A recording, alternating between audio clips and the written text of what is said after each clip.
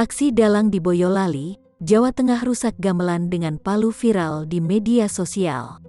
Aksi tersebut sengaja direkam dan disebarkan di media sosial sebagai protes kepada pemerintah karena tidak bisa dapat izin pentas.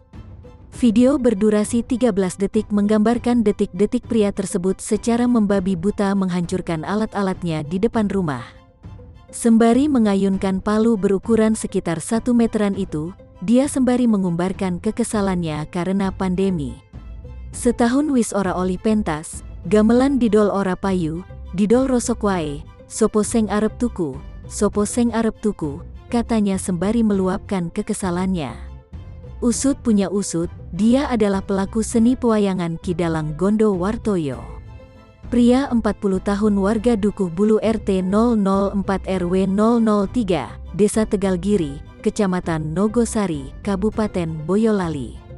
Wartoyo yang sudah puluhan tahun di dunia pewayangan itu mengaku sengaja menghancurkan alat-alatnya karena protes kepada pemerintah. Mengingat selama setahun terdampak pandemi COVID-19, tetapi tak ada penyelesaian.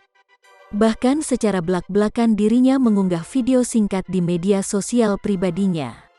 Sengaja saya lakukan agar bisa didengar oleh pemerintah, dengan menghancurkan gamelan dan beberapa alat pertunjukan, ujarnya.